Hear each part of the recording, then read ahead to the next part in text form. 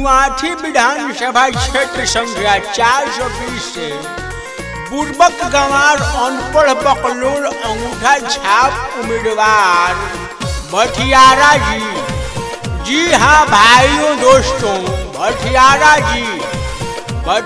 जी का चुनाव निशान है पाउच छाप। तो पाउच छाप पर बटन दबाई आ भटियारा जी के विजयी बनाई। हाँ भुलाए के नहीं सुन ली। नाम भटियारा चुआठी विधानसभा। अरे दारू पी के सूझ जाए के बाद बाकी पाउचे पर बटन दबावे के बाद याद रखी। नाम भटियारा चुआठी विधानसभा हमके जिताई अब की बार। पाउच निशानी बा हमार ये भैया लोग विधायक बनाई अब की बार। पाउचे निशानी बतहार भटियारा भाई, पाउचे निशानी बतहार। ना भूले के बा ना भुलाए के बा, आ बिहार के विकास के माटी में मिलावे के बा। तो बाबा भटियारा के याद रखी। जगह चुनाव निशान बा पाउच छाप, तो पाउच छाप पर बटन दबा के आ भटियारा जी के विजयी बनाई। याद रखी यह हवन रउआ बच्चन के उज्जवल भविष्य के माटी में मिलावे वाला बाबा भटियारा।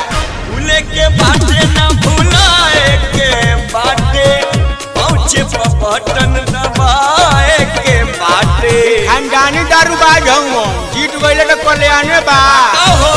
भूले के बाटे ना भुलाए के बाटे, पहुँचे बटन दबाए के बाटे। 420 क्षेत्र के विधायक बनाई, दारू के करा देव बौछार। पाउचे निशानी बा हमार भूलैहा जन, पाउचे निशानी बा हमार। पाउचे निशानी बतहार भटियारा भाई, पाउचे निशानी बतहार। पिएंगे पिलाएंगे यह हमारा नारा है, पिएंगे पिलाएंगे यह हमारा नारा है। अब भटियारा बाबू मत घबराना, पाउच छाप हमारा है। भटियारा बाबू का दावा है अगर जीत गए जितना बिजली के तार लौक रहा है सब साथ तार के कटवा के बेचवा देंगे और सबको दारू पिलाएंगे। उज्जवल भविष्य अपन माटी में मिलाई, बेजती के साथ भटियारा के जिताई ना। हिटमन मौलवी के बाद जन भुलाई भटियारवे के विधायक बनाए। उज्जवल भविष्य अपन माटी में मिलाई, बेजती के साथ भटियारा के जिताई।